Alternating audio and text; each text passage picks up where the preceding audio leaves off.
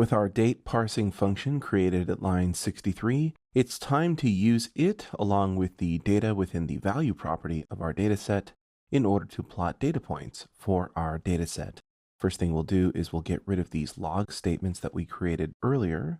And now let's create the scales for our data. We'll begin with the y scale. It's the most straightforward. Var y equals d3.scale.linear. And then we'll remember to set the domain and the range.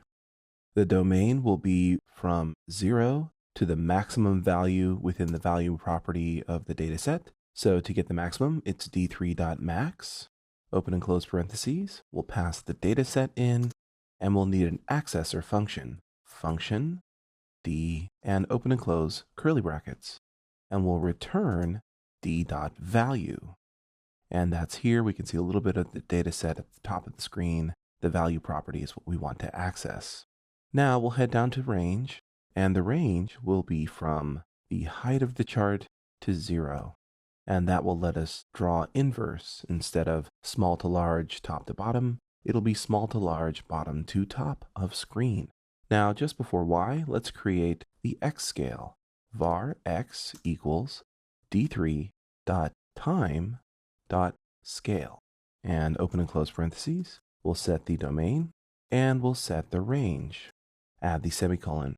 So the domain here is going to be the date that is the earliest, which is the 1st of January 2014, and the date that is the latest, which is the 31st of January 2014. Now, whenever you want to get the least and greatest value within an array, you'll use the d3 extent function. What we'll do here is within the domain function, we'll type d3.extent, open and close parentheses, pass in the dataset as the first argument, and then create an accessor function. Function, open and close parentheses with the d as the argument, and open and close curly brackets. Now you might be tempted to just type return d.date. Problem is, this will return the string that is represented within the dataset, and we don't want that. Instead, we want to deal with the JavaScript date object version of that string. So we'll go back within the function, create a variable, and we'll call it date, and we'll set it equal to date parser, open and close parentheses, and then for the argument for date parser, d.date. Now we'll want to return date.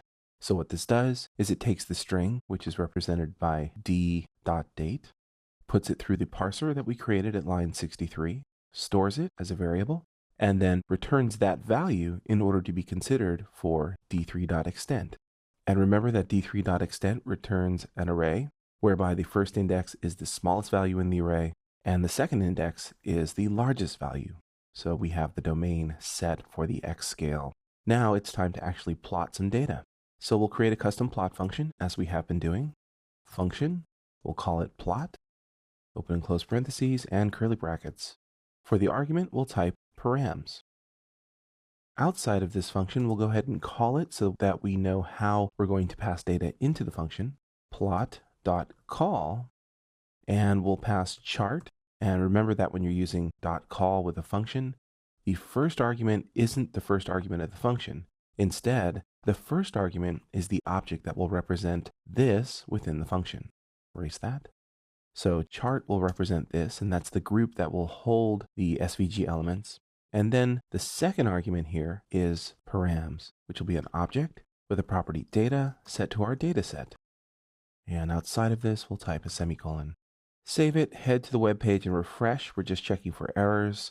There are no errors here in the console. We're good to go. Now within the plot function, we need to set the enter phase, the update phase, and the exit phase.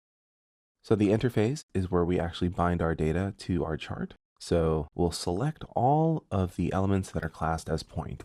This.select all, and we're looking for the point class. Of course, there aren't any elements yet, so that means we're ready to bind .data, and we'll bind params.data, and params is that object that we set here at lines 82 through 84, right here, this object. And then we're denoting that we're in the enter phase. So what we need to do is append some circle elements, and then we will class these circle elements as point. And don't put the dot here. That's a common mistake. We just want to use point. And another common mistake is to forget the second argument, which is true. And without that, you won't actually attach the class. Now we'll set an attribute that won't change, and that'll be radius.attr. And the first argument is an r, and the second argument is a value for the attribute, and that'll be 2. So these circles will be 4 pixels wide. Okay, so we're done with the enter phase. Now in the update phase, we're going to actually set the properties that will change according to changes in data. This.selectAll.